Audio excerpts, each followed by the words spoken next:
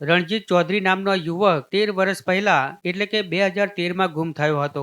રણજીત ચૌધરી વાપી કોલેજમાં અભ્યાસ કરવા ગયો હતો અને હોસ્ટેલમાંથી કોઈને જાણ કર્યા વગર જતો રહ્યો હતો. જે બાદ પરિવારે પોલીસને જાણ કરી હતી અને પોલીસે પણ જે તે સમયે શોધખોળ હાથ ધરી હતી, પણ યુવકની કોઈ ભાળ મળી ન હતી. ત્યારે આખરે વઘઈના પોલીસ ઇન્સ્પેક્ટર વી.કે. ગઢવીએ ઓપરેશન મિલાપ હેઠળ ટેકનિકલ સોર્સ તથા હ્યુમન સોર્સની મદદથી કચ્છના ગાંધીધામ ખાતેથી 13 વર્ષ પહેલા ગુમ થયેલા યુવકને શોધી કાઢી પરિવાર સાથે સુખદ મિલન કરાવ્યું છે.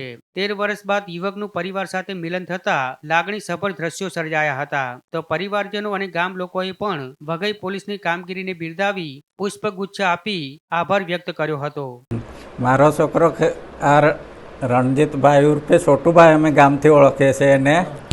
એટલે એને વઘઈ પોલીસ સ્ટેશનમાં ફરિયાદ આપેલી હતી, 2013માં દાખલ કરેલી ને એનો શોધખોળ કરતાં આજ દિન સુધી ડાંગ જિલ્લાની પોલીસ ને ડીએસપી સાહેબ ને વઘઈ પોલીસ સાહેબ ગઢવી સાહેબનો શોધખોળ કરતાં એમને મળી આવેલ તે આજ દિન સુધી આ ડાંગ જિલ્લાની પોલીસ તથા ડીએસપી સાહેબ મેડમનો અમે ખૂબ આભારી છીએ. હજુ કંઈ